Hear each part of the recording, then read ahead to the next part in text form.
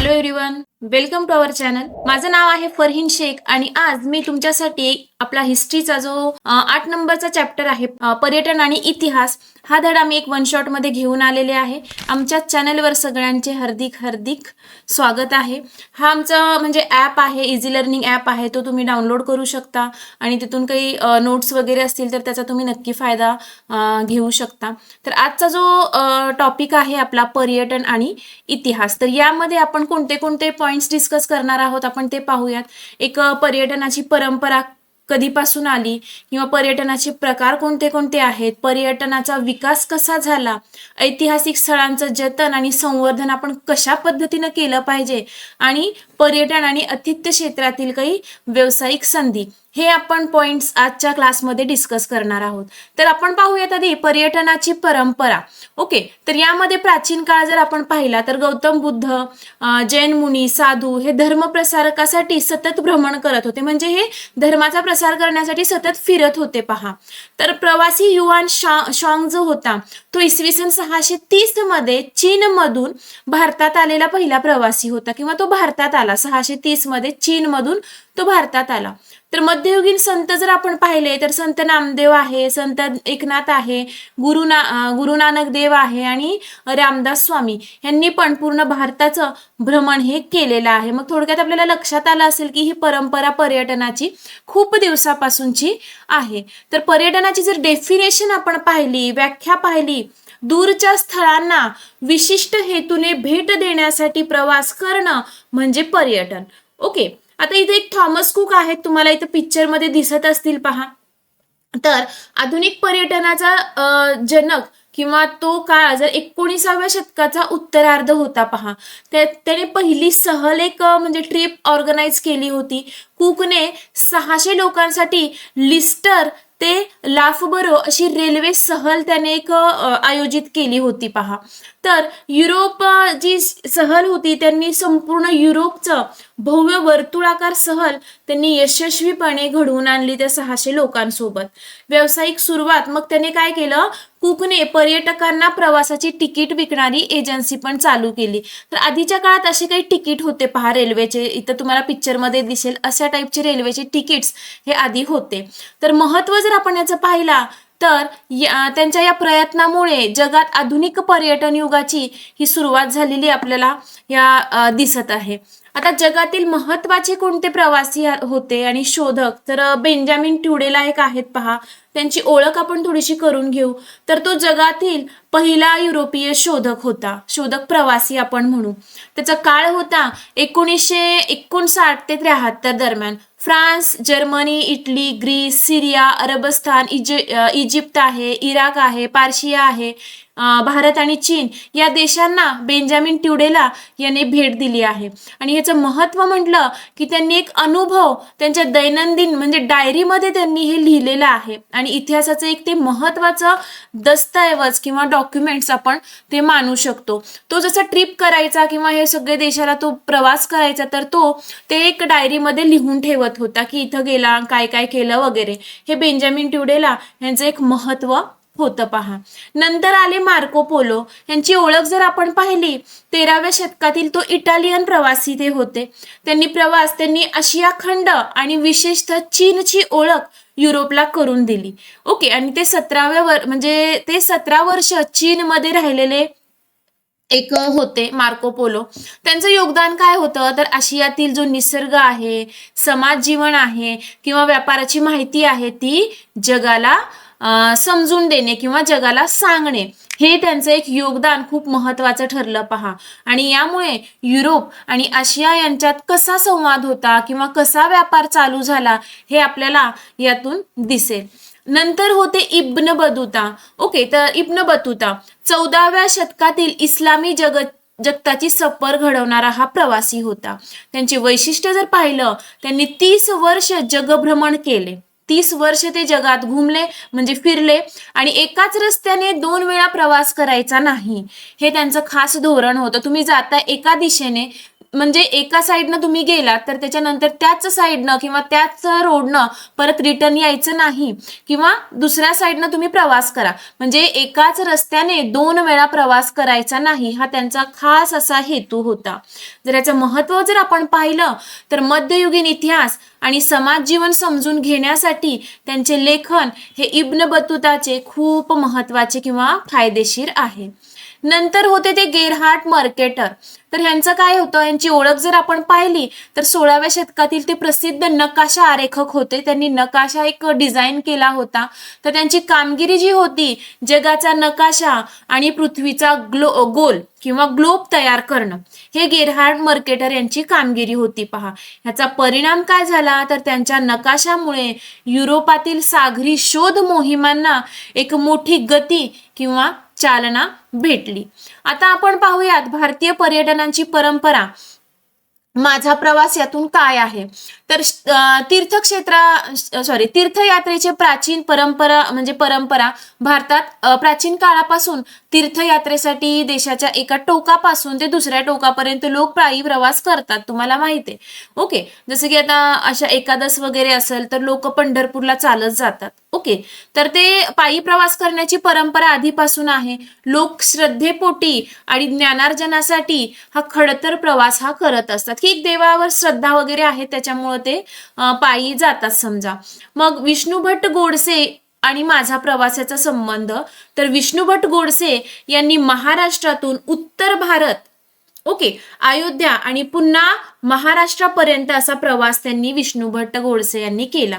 त्यांचं पुस्तकाचं नाव म्हणजे त्या प्रवासाचं वर्णन त्यांनी माझा प्रवास या पुस्तकात लिहून दिलेलं आहे, की तो प्रवास करताना काय काय झालं किंवा कसं, त्याचं पूर्ण डिटेल असं वर्णन त्यांनी माझा प्रवास या पुस्तकात लिहून ठेवलेला आहे.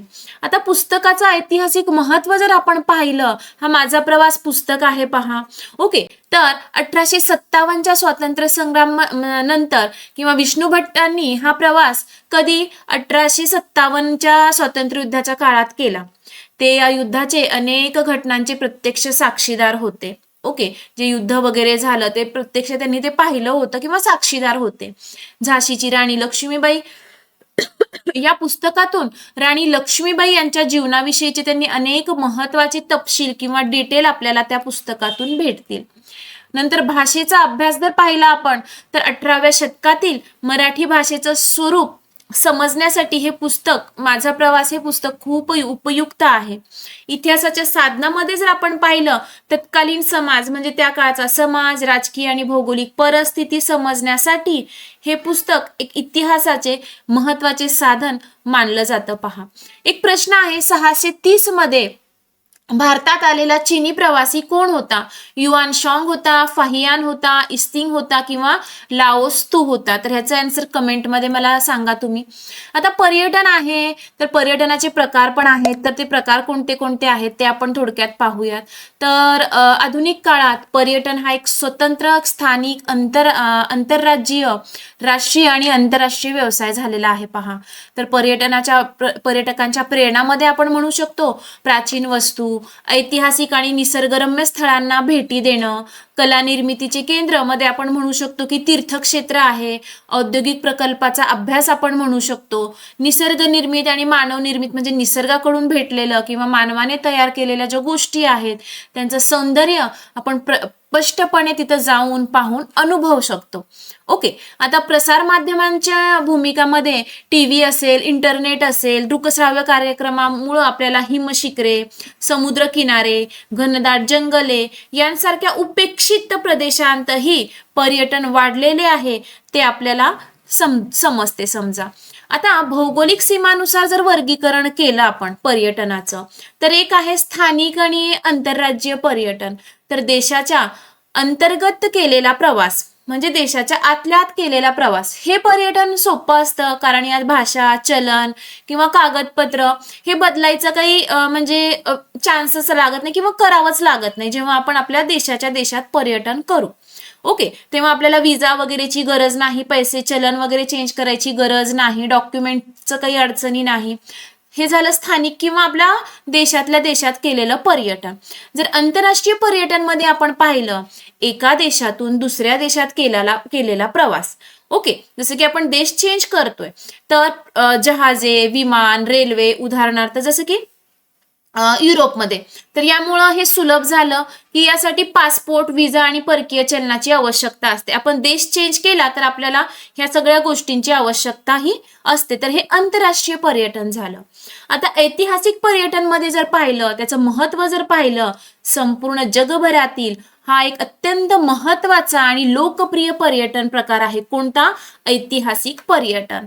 लोकांच्या मनात इतिहासाविषयी असलेल्या कुतूहलापोटी या सहलींचं आयोजन केलं जातं.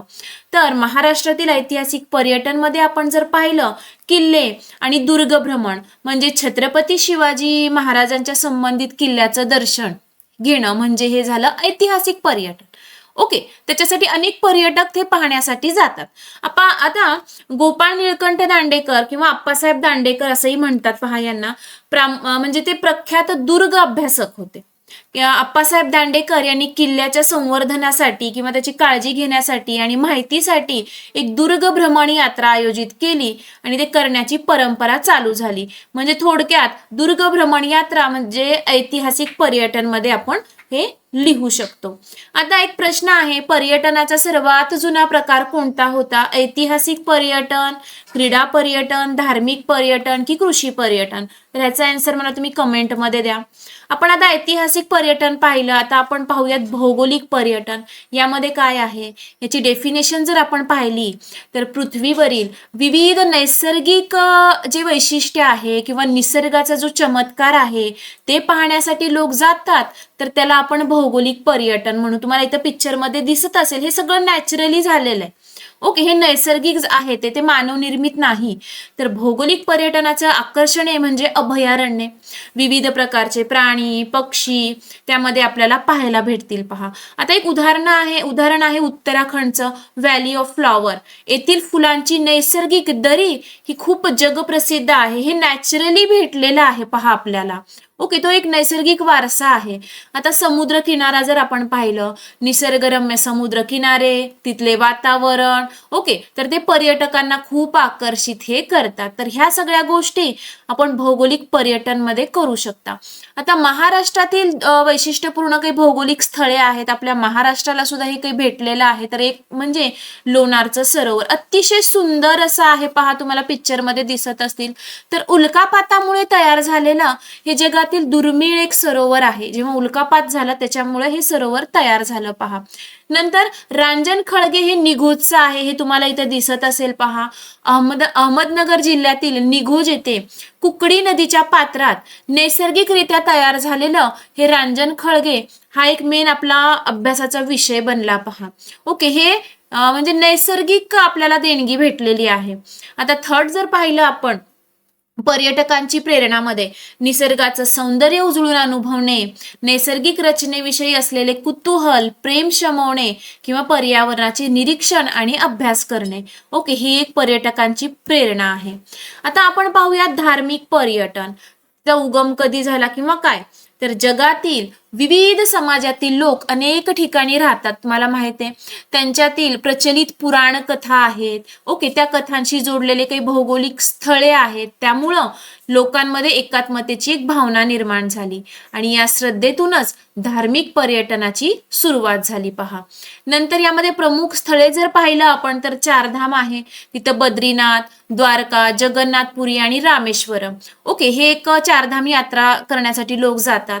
12 ज्योतिर्लिंगामध्ये भारतातील विविध भागात पसरलेले भगवान शंकरचे 12 पवित्र स्थाने, ते 12 ज्योतिर्लिंग आहेत, त्याचीही लोक यात्रा करण्यासाठी जातात. एक धार्मिक पर्यटन मध्ये ते येऊ शकतं.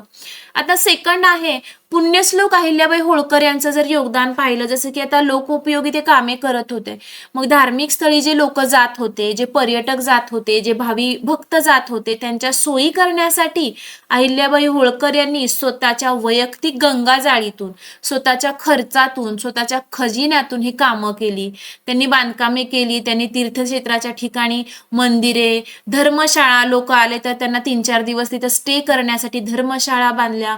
घाट आणि पिण्याच्या पाण्यासाठी विहिरी ह्या त्यांनी बारवा भेरी ह्या त्यांनी बांधल्या त्या स्वतःच्या गंगा जाळीतून.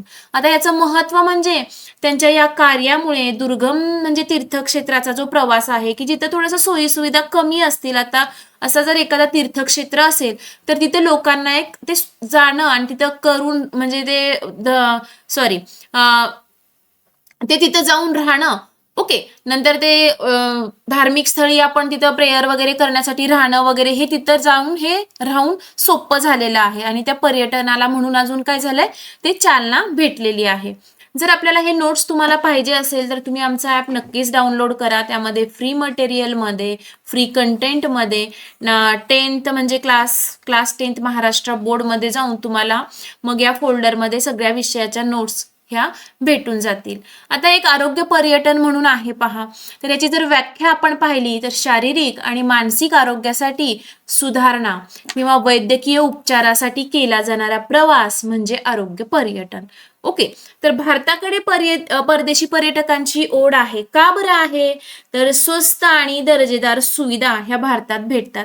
तर पाश्चात्य देशांच्या तुलनेत भारतातील वैद्यकीय सेवा आणि सुविधा अत्यंत स्वस्त आहे. म्हणजे दुसऱ्या देशाच्या तुलनेत भारतामध्ये एक कमी म्हणजे ह्याच्यामध्ये रेटमध्ये वगैरे एक इलाज वगैरे होतो आणि उत्तम दर्जेचा होतो. त्यामुळे अनेक परदेशी नागरिक उपचारासाठी आपल्या भारताकडे येत आहेत. आता मुबलक सूर्यप्रकाश म्हणजे पाश्चात्य देशांमध्ये सूर्यप्रकाश थोडासा कमी असतो, परंतु भारतामध्ये वर्षभर चांगलं सफिशियंट असं सूर्यप्रकाश आहे. त्याचा लाभ घेण्यासाठी पण लोक पर्यटक करतात किंवा ते फिरण्यासाठी येतात. आपण नंतर कृषी पर्यटन मध्ये पाहूयात. तर व्याख्या जर आपण पाहिली तर शहरी जीवनात राहणाऱ्या लोकांसाठी एक शेती किंवा ग्रामीण संस्कृती अनुभवण्यासाठी हे पर्यटन केलं जातं. त्याला आपण कृषी पर्यटन असं म्हणू. जे सिटीमध्ये लोक राहतात त्यांना हे छान वाटतं की खेड्यात जाणं किंवा कृषी पर्यटन करणं. आता हे सीझन आहे जसे की हुरडा वगैरे खाण्यासाठी लोक एक कृषी पर्यटन म्हणून निघतात पहा. त्यामध्ये वाढती लोकप्रियतामध्ये हल्लीच्या काळात हा प्रकार वेगाने विकसित होत आहे.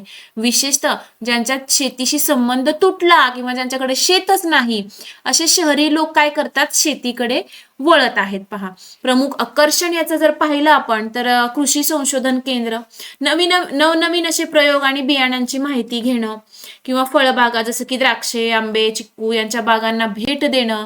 ओके, ग्रामीण जीवनमध्ये जर आपण पाहिलं शेतावर राहणं, चुलीवरचं जेवण आणि बैलगाडीची सफारी करणं किंवा सफर करणं. भारतातील स्थिती जर आपण कृषी पर्यटनाची पाहिली तर इस्रायल सारख्या देशांनी शेतीच्या क्षेत्रामध्ये केलेली जी प्रगती आहे, ओके, त्यामुळं भारतीय शेतकरी आणि पर्यटक अशा ठिकाणी हे भेटायला जातात. तर ते कृषी पर्यटन झालं. आता क्रीडा पर्यटन म्हणजे त्याची जर व्याख्या जर आपण पाहिली तर विविध खेळांच्या स्पर्धा पाहण्यासाठी किंवा क्रीडा महोत्सवामध्ये सहभागी होण्यासाठी जे प्रवास केला जातो त्याला आपण क्रीडा पर्यटन म्हणू. ओके, त्याचा उगम कधी झाला? 20व्या शतकात क्रीडा पर्यटनाच्या खऱ्या अर्थाने उगम झाला. तर प्रमुख आंतरराष्ट्रीय स्पर्धा म्हणजे ऑलिम्पिक आहे आणि विम्बल्डन. जागतिक क्रिकेट स्पर्धा, ओके, हे पाहण्यासाठी लोक जातात किंवा खेळण्यासाठी जातात.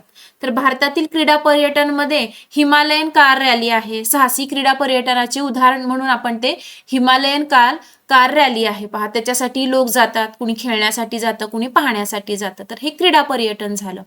राष्ट्रीय स्तरावर स्पर्धा होतात पहा, कबड्डीची, कुस्तीची, क्रिकेटचे सामने होतात. तर ते स्पर्धा खेळण्यासाठी पण लोक जातात. तर ते क्रीडा पर्यटनामध्ये आपण मोडू त्याला, म्हणजे ते पण क्रीडा पर्यटन मध्ये येणार. आता नैमित्तिक म्हणजे काय? निमित्तानं केलेलं. जेव्हा एखादी व्यक्ती एखाद्या विशिष्ट कार्यक्रमाच्या किंवा निमित्ताने प्रवास करते किंवा कार्यक्रमाच्या निमित्ताने प्रवास करते तेव्हा त्याला आपण काय म्हणू? नैमित्तिक पर्यटन म्हणू.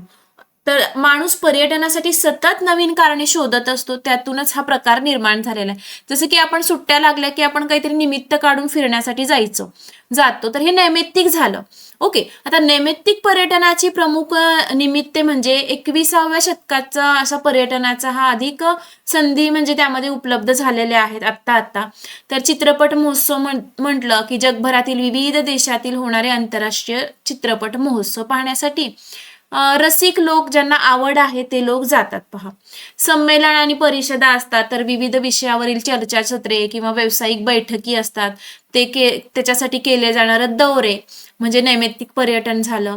आंतरराष्ट्रीय पुस्तके प्रदर्शन असतात पहा, जगातील मोठी म्हणजे पुस्तक प्रदर्शन पाहण्यासाठी जे वाचक आहेत, जे लेखक आहेत ते त्याच्यासाठी जातात, तर ते पण नैमित्तिक मध्ये झालं. तर महाराष्ट्रात जर आपण पाहिलं अखिल भारतीय मराठी साहित्य संमेलन, तर महाराष्ट्रातील साहित्य रसिक ओके ज्यांना आवड आहे त्यांनी आयोजित केलेले संमेलनासाठी मोठ्या संख्येने प्रवास करतात पहा. आणि हे नैमित्तिक पर्यटनाचेच एक उत्तम आणि स्थानिक उदाहरण आपण महाराष्ट्रातून सांगता येईल. तर मला आता काही एक गोष्ट सांगायची तुम्हाला. हे आमचे गेल्या वर्षीचे आमच्याकडून लाईव्ह म्हणजे त्यांनी शिकलेले मुलं आहेत आणि त्यांचा मस्त असा रिझल्ट आलेला आहे. ओके, तर यामध्ये जर आपण पाहिलं, गुंजन व्यास होती पहा, तिला 100% तिनं स्कोअर केला होता. व्यंकटेश आहे तो सेमी इंग्लिशचा आहे, तो पण त्याने पण 100% स्कोअर केलेला आहे. एकूण 127 विद्यार्थी होते, 90% प्लस त्यांनी मार्क घेतलेले आहेत. 203 स्टुडंट होते, 85% वर त्यांनी मार्क घेतलेले आहेत. आणि 31 विद्यार्थी असे होते की त्यांच्या शाळेतून ते फर्स्ट रँकर होते. ओके किंवा आहेत.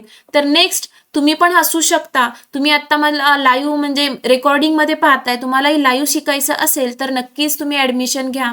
ही आमची टीचरची टीम आहे पूर्ण.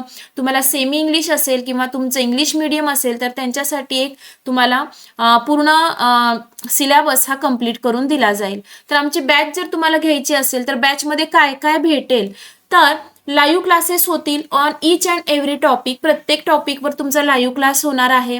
पूर्ण सिलेबस हा केला जाईल. नंतर तुम्ही मोबाईल, PC, टॅबलेट किंवा दोन्ही किंवा iOS इथून तुम्ही लाईव्ह क्लास करू शकता, तेवढा ऍक्सेस दिलेला आहे. रेकॉर्डिंग ऑफ ईच क्लास, प्रत्येक क्लासची रेकॉर्डिंग तुम्हाला भेटेल. एखादा क्लास मिस केला तुम्ही तर तुम्ही त्याची रेकॉर्डिंग नंतर पाहू शकता. Chapter wise doubt clearing session, प्रत्येक चॅप्टर झाल्यानंतर एक डाऊट क्लिअरिंग सेशन असतो, तुम्ही डायरेक्टली हँडरेस करून बोलू शकता. लाईव्ह रिव्हिजन बिफोर एक्झाम, एक्झामच्या आधी लाईव्ह रिव्हिजन ही घेतली जाते. नंतर पर्सनल मेंटॉरशिप, यामध्ये तुम्हाला शिक्षकांचा पर्सनली नंबर दिला जातो. ओके, आणि तुम्ही डायरेक्टली शिक्षकांशी बोलून आपले डाऊट क्लिअर करू शकता. आणि सगळ्यात बेस्ट म्हणजे टेक्स्ट सिरीज असते पहा. ओके, ऑब्जेक्टिव्ह आणि सब्जेक्टिव्ह टेस्ट आम्ही घेतो आणि ऑब्जेक्टिव्ह टेस्ट वगैरे आम्ही चेक करून देतो. ओके, तर अशा प्रकारे आमच्या बॅचमध्ये तुम्हाला सुविधा भेटून जातील. तर याच्या रिलेटेड किंवा बॅचच्या रिलेटेड तुम्हाला काही बोलायचं असेल तर या नंबरवर तुम्ही नक्कीच कॉल करून विचारू शकता, तुम्हाला योग्य ती इन्फॉर्मेशन भेटून जाईल. नेक्स्ट आपण येऊयात पर्यटनाचे महत्व मध्ये. तर अशा पर्यटनामुळे केवळ मनोरंजन होत नाही, तर त्या विशिष्ट क्षेत्रातील साहित्य, कला आणि व्यापार याची आपल्याला म्हणजे अद्ययावत माहिती भेटून जाते. विविध प्रांतातील लोकांशी संपर्क आणि संस्कृती याची देवाणघेवाण होते. हे एक पर्यटनाच्या महत्वामध्ये आपण लिहू शकतो. आता पर्यटनाचा विकास कसा झाला बरं? पर्यटनाचा विकास करण्यासाठी केवळ स्थळांची माहिती असून चालत नाही की हे स्थळ ते स्थळ, तर पर्यटकांना मिळणाऱ्या सोयी सुविधा पण नसल्या पाहिजे. ओके, त्याचा पण विकास झाला पाहिजे. ओके, तर पर्यटकांचे प्रबोधन यामध्ये जर आपण पाहिलं, देशी आणि परदेशी पर्यटकांना स्थळांची योग्य माहिती देऊन त्याचं प्रबोधन करणे हे एक मेन विकासाचा टप्पा आहे. की बाबा तुम्ही आमच्याकडे आलात तर तुम्हाला ह्या गोष्टी भेटतील, अशी सोयी सुविधा तुम्हाला भेटतील. त्याच्यामुळं हा विकास होण्यासाठी हा एक महत्वाचा टप्पा मानला जातो पहा. सुरक्षितता, पर्यटकांची वाहतूक आणि प्रवासादरम्यानची सुरक्षितता सुनिश्चित करणं. सुखसोयी म्हणजे जे परदेशी विदेशी पर्यटक आलेले त्यांना मग सुखसोयी देणं. उत्तम दर्जाचं निवासस्थान जसं की हॉटेल आहे, लॉजिंग आहे किंवा प्रवासात म्हणजे स्वच्छ आणि स्वच्छतागृहांची उपलब्धता, हे सगळं आवश्यक गोष्टी आपल्याला द्यावे लागतील. ओके, तरच पर्यटनाचा विकास हा चांगला होऊ शकतो. नंतर जे दिव्यांग पर्यटक आहे त्यांच्याकडे विशेष लक्ष देणं. तर पर्यटक स्थळावर दिव्यांग जे फिजिकली हँडिकॅप किंवा चॅलेंज असे जे येतात, तर त्या पर्यटकांच्या गरजा लक्षात घेऊन रॅम्प असेल, विशेष स्वच्छतागृह असतील, काही अशा सोयी उपलब्ध करून देणं, यामुळे पर्यटनाचा एक चांगला विकास हा होऊ शकतो. पहा, एक प्रश्न आहे, ऐतिहासिक वास्तू, किल्ले आणि स्मारके यांना भेट देण्यासाठी केला जाणारा प्रवास म्हणजे कोणता झाला? आरोग्य झाला, ऐतिहासिक झाला, भौगोलिक झाला की आंतरराष्ट्रीय झाला? ह्याचा आन्सर तुम्ही मला कमेंटमध्ये नक्की द्या. आता हे जे आपल्याकडे जे वारसा आहे किंवा जो पण आपल्याला भेटलेलं जे आहे नैसर्गिक वारसा वगैरे, तर त्याचं आपण जतन आणि संवर्धन कसं करायचं, जसं की किल्ले वगैरे आहेत ते आपल्याकडे. ओके, तर त्याचं आपण ऐतिहासिक वारशाचं जतन आणि संवर्धन त्याचं कसं करायचं? तर आपला ऐतिहासिक वारसा ही आपली संपत्ती आहे. पहा, त्याचं जतन करण्यासाठी पर्यटकांनी आणि प्रशासनाने म्हणजे सरकारने काही गोष्टी टाळल्या पाहिजे. एकतर विद्रुपीकरण टाळायचं. पहा, की ऐतिहासिक वास्तूंच्या भिंतीवर मजकूर लिहिणं किंवा झाडांवर नावं कोरणं यांसारख्या गोष्टी आपण करू नये. ओके, रंगकाम म्हणजे जुन्या काही ऐतिहासिक वस्तू आहेत पहा, त्यांना उगाच भडक कलर देऊ नये, रंगवू नये. त्यामुळे त्याचं मूळ जे स्वरूप आहे ते नष्ट होईल आणि ते विद्रूप दिसेल. स्वच्छता राखणं म्हणजे परिसर स्थळी आपण सुविधांचा अभाव असल्यास अस्वच्छता वाढते, जसं की पाणी वगैरे नसेल, ओके, डस्टबिन वगैरे नसतील तर ते अस्वच्छ होतं ते ठिकाण. त्यामुळं कचरा कुंडीचा वापर करणं आणि परिसर स्वच्छ ठेवणं हे प्रत्येक पर्यटकाचं हे कर्तव्य आहे. तर ऐतिहासिक वारशाचं आपण जतन अशा प्रकारे हे केलं पाहिजे. पहा, तर त्याच्यासाठी एक मोठं आव्हान आहे ऐतिहासिक स्थळांचं जतन आणि संवर्धन. तर एक मोठं आव्हान म्हणजे आपल्या देशाचा ऐतिहासिक वारसा जतन करणे हे आजच्या काळातील सर्वात मोठं आव्हान आहे.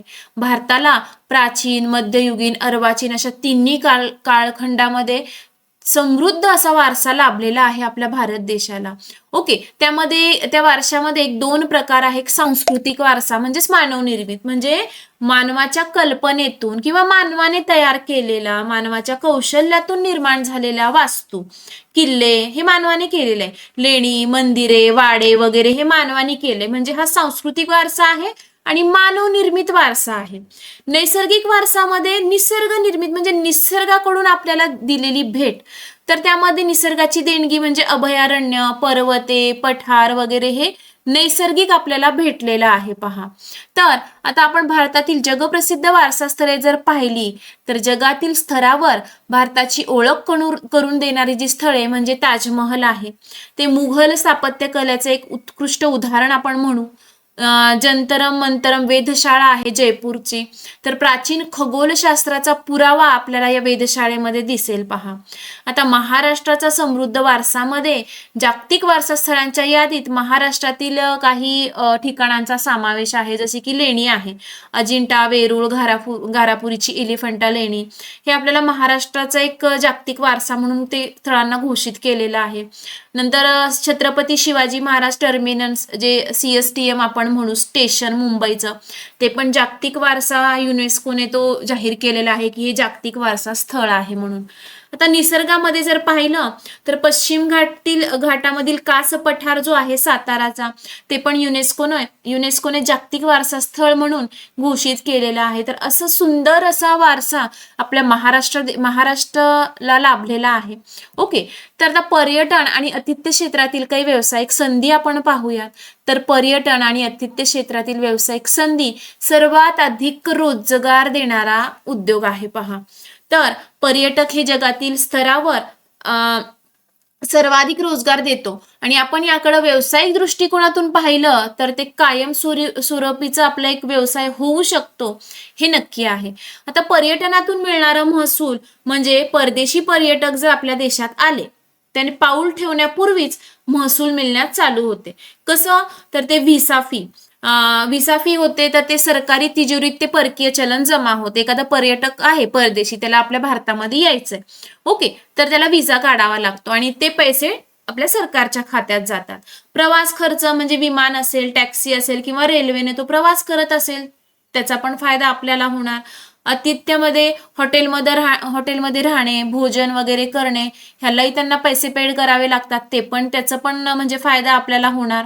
ओके, आता स्थानिक बाजारपेठा असतील, तिथं आता एखाद्या ठिकाणी ते गेले आणि तिथलं काही म्हणजे आवडत्या गोष्टी असतात, काही खरेदी करतात. पहा, तर पर्यटन केंद्राच्या परिसरात बाजारपेठा विस्तारतात, त्याचा थेट फायदा कुणाला होतो? स्थानिक लोकांना होतो. ओके, हस्तकला व कुटीर उद्योगमध्ये स्थानिक हस्तकौशल्याच्या वस्तू म्हणजे हाताने काही वस्तू बनवलेल्या असतात, काही कलाकृती, काही पेंटिंग्स असतात, शिवणकाम करून काही वस्तू बनवलेल्या असतात, जसं की इथं तुम्हाला पिक्चरमध्ये दिसत असेल, तर ते लोक परचेस करतात, त्यामुळे त्यांची विक्री वाढते.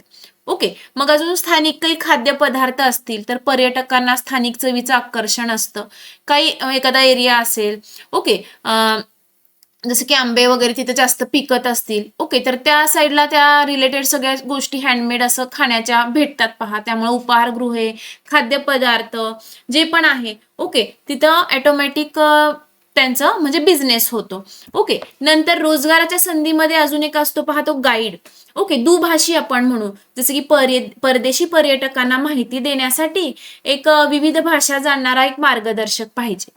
ओके, जसं की प्रकाशन असेल, माहिती पत्रके तयार करणे, नकाशे या संदर्भात किंवा वर्तमानपत्रांच्या विक्री म्हणजे इंग्लिशमध्ये वगैरे, म्हणजे ज्यांना आपल्या इकडची लँग्वेज समजत नाही त्यांच्यासाठी एक माहितीपत्रे छोटे छोटे, जसं की वेरूळला आले तर तिथलं काही माहिती पुस्तक असेल ते इंग्लिशमध्ये प्रोव्हाइड करणं, त्याचं प्रकाशन करणं, नकाशे आहे, ओके, असं काही संदर्भ.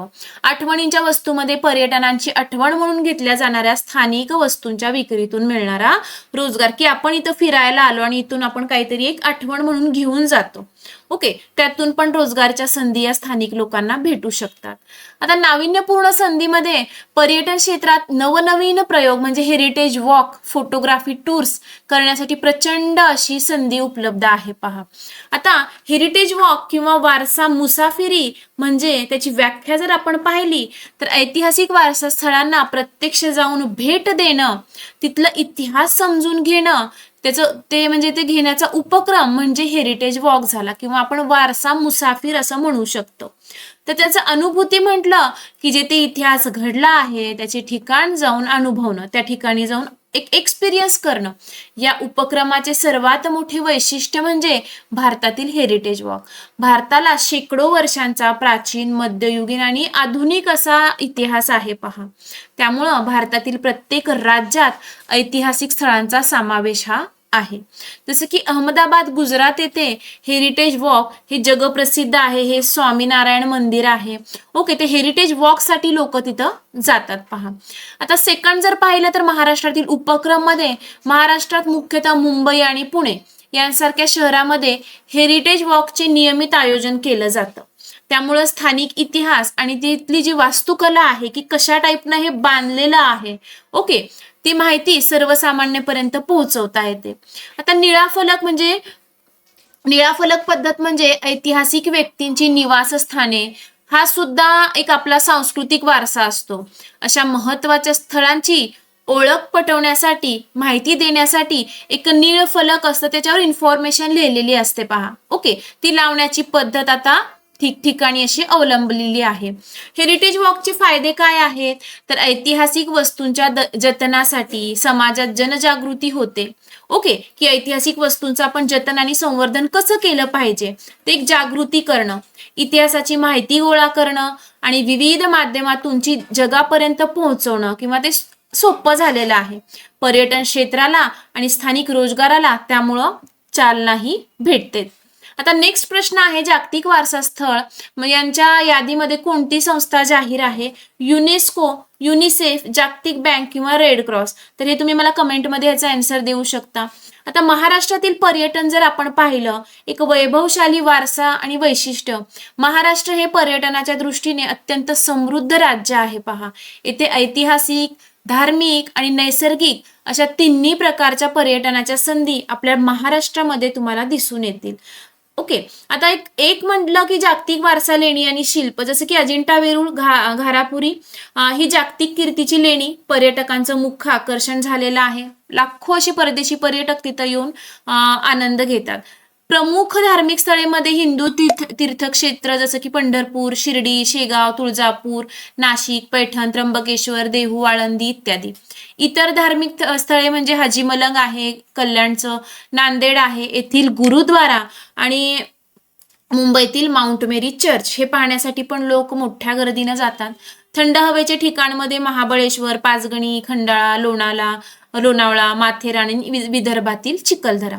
ओके. नंतर अभयारण्य आणि धरणे जर आपण पाहिली तर दाजीपूर सागरेश्वरचं अभयारण्य आहे. ताडोबाचा व्याघ्र प्रकल्प ते पाहण्यासाठी लोक जातात.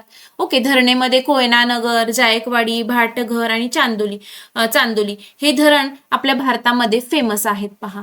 आता महाराष्ट्र पर्यटन विकास महामंडळमध्ये MTDC ची स्थापना कधी झाली तर ती स्थापना झालेली आहे 1975 मध्ये.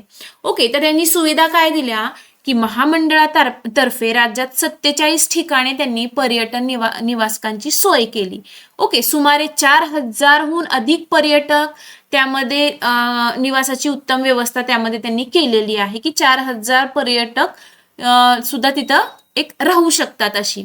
मग त्यामध्ये खाजगी सहभागमध्ये ते MTDC सोबतच आता अनेक खाजगी व्यवसायही त्यामध्ये जुडलेला आहे. मोठ्या प्रमाणात ते इन्व्हेस्ट करत आहेत. त्यामुळं पर्यटकांना अजून सोयी सुविधा देणं हे सोपं झालेलं आहे महाराष्ट्र पर्यटन विकास मंडळाला, कारण खाजगी लोक त्यामध्ये इन्व्हेस्ट करत आहेत. त्यामुळं आता एक भारतातील पहिलं पुस्तकाचं गाव हे कोणतं आहे पहा तर भिलार हे पर्यटनाचा एक नवा आणि आगळा वेगळा प्रयोग म्हणजे महाराष्ट्र शासनाने एक पुस्तकाचं गाव ही संकल्पना राबवली आहे. तर महाबळेश्वर जवळील निसर्गरम्य भिलार, जिल्हा सातारा येथील हे गाव आहे. त्याची संकल्पना जर पाहिली, वाचनाची आवड निर्माण करणं किंवा वाचन संस्कृती जोपासण्यासाठी आणि पर्यटकांना साहित्याचा आनंद मिळावा यासाठी हे गाव किंवा पुस्तकाचं गाव म्हणून भिलार हे गाव प्रसिद्ध झालेलं आहे. त्याचं वैशिष्ट्य जर पाहिलं, या गावातील अनेक घरामध्ये पर्यटक जे येतात त्या पर्यटकांसाठी एक वेगवेगळ्या विषयांवरील काही पुस्तके उपलब्ध करून दिलेली आहेत पहा. तर कथा आहे, त्यामध्ये कादंबरी, कविता, इतिहास, ललित, बाल साहित्य असे विविध साहित्य हे गावाने नटलेलं आहे. आणि पर्यटकांनी जिथे जावे, शांततेत पुस्तक वाचावी आणि म्हणजे साहित्याचा आनंद घ्यावा असाच ह्या गावाचा किंवा भिलार या पुस्तकाच्या गावाचा हेतू हा आहे पहा. आता पर्यटनावर होणारा परिणाम जर आपण पाहिला तर सांस्कृतिक पर्यटन मध्ये यामुळे केवळ निसर्ग पाहण्यासाठी येणारे पर्यटक आणि साहित्याकडेही ते वळू शकतात. ते निसर्ग पाहायला गेलेत आणि ते काही ज्यांना आवड आहे ते तिथं जाऊन पुस्तक वगैरे रीड करू शकता. स्थानिक विकास, भिलार हे गाव पूर्वी स्ट्रॉबेरीसाठी प्रसिद्ध होते पहा, आता हे पुस्तकांसाठी ओळखलं जातं, ज्यामुळे तेथील स्थानिकांना मोठा रोजगार मिळालेला आहे.